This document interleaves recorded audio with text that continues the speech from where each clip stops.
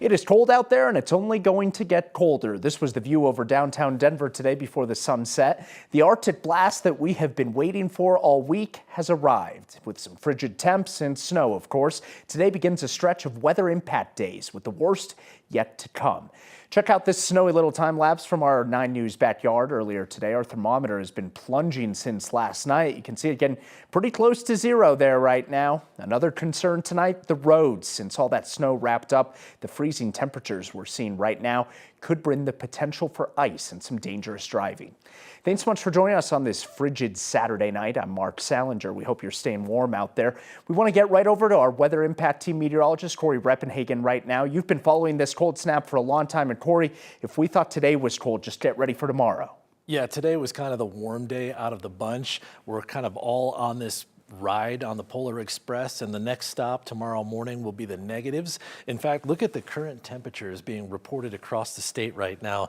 Denver International Airport, it's already 1. Greeley, 1. Fort Collins, 1. So we'll be in the negatives here probably within the hour or two, heading into some dangerously cold territory tomorrow, especially when you consider the wind chills. You do have some more flurries still ongoing out there. Those will probably last a couple more hours before those also lift out. And I think this polar vortex, this Arctic cold front, will go down in history as with some pretty crazy stuff here. You see this little wave here making its way into the south. The back end of this is going to come around and bring snow to Bourbon Street here in New Orleans, and we're probably looking at accumulating snow in Tallahassee, Florida on Tuesday night. That's what's coming our way. Centered the next couple of days around the National Western Stock Show. Tomorrow we could see some sunshine after those really cold temperatures. The high, only 17. Snow coming again Sunday night into Monday morning. And look at that Monday forecast. A high of only 6 degrees. And of course, we're back into the negatives on Tuesday morning. I'll have more on that cold snap coming up in the forecast. All aboard the Polar Express. Thanks, Corey. Well, the cold is impacting pretty much everything today, and that includes travel. DIA is leading the nation tonight on delayed flights, more than 500 of them throughout the day. 9 News reporter Colton Chavez joins us live from DIA. And Colton, even with those delayed flights, we really haven't seen a travel fiasco like we often do when it gets this cold. No, we haven't, and that's been honestly one of the bright spots of the entire day here at DIA. As people say, despite these delays, the TSA lines, they haven't been that bad. But for some people, these delays are just a point in their day as they make their way to a warmer place. And for others, the delay is just the start of a new adventure, and for some, a new beginning over the cold Colorado weekend.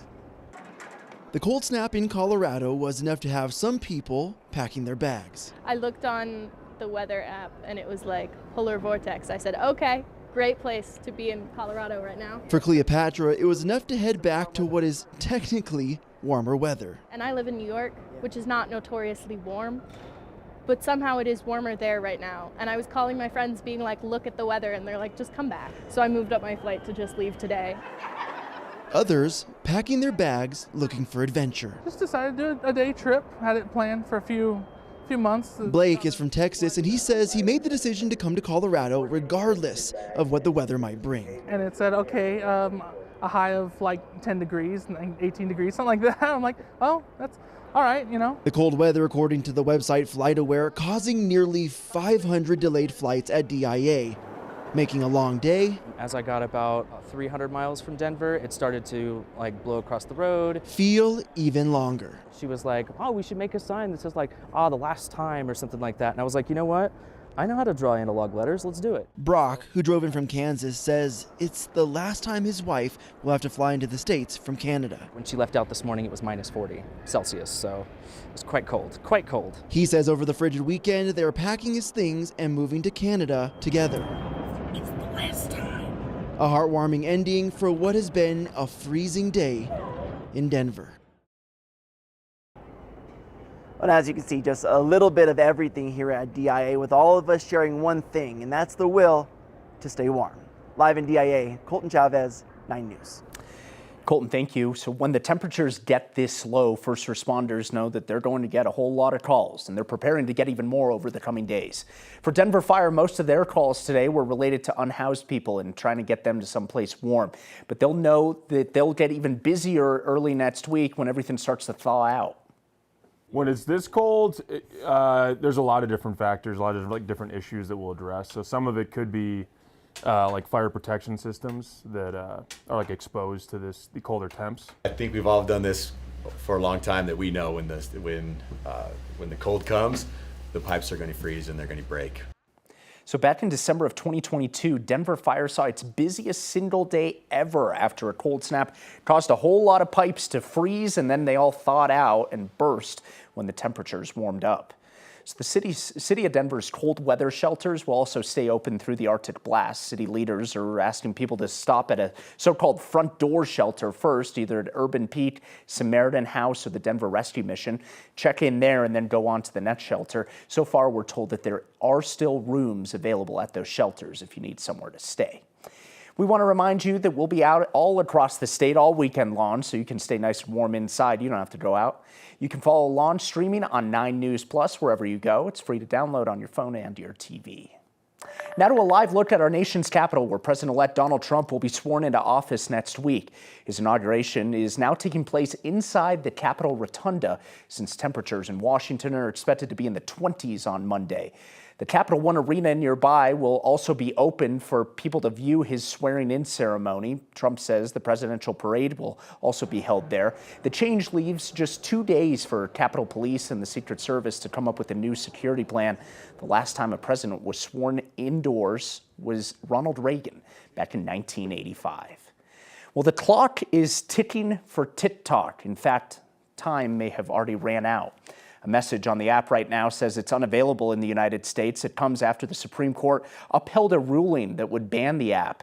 However, that may not last very long.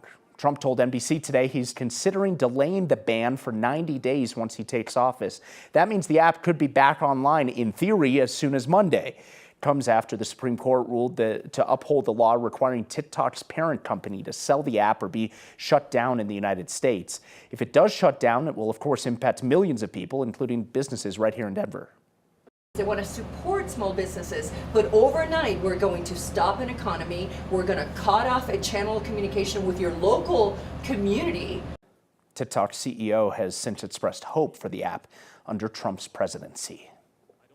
The long-awaited ceasefire in Gaza is set to begin tonight just before midnight, puts a pause on the 15-month war between Israel and the militant group Hamas. However, Israeli Prime Minister Benjamin Netanyahu announced today that the ceasefire will, in theory, be temporary.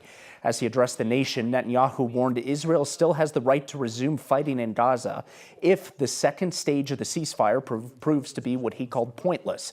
He also claimed he has the backing of both President Biden as well as President-elect Donald Trump. Israeli hostages held by Hamas in Gaza are set to be released over the coming weeks in exchange for Palestinian prisoners and detainees.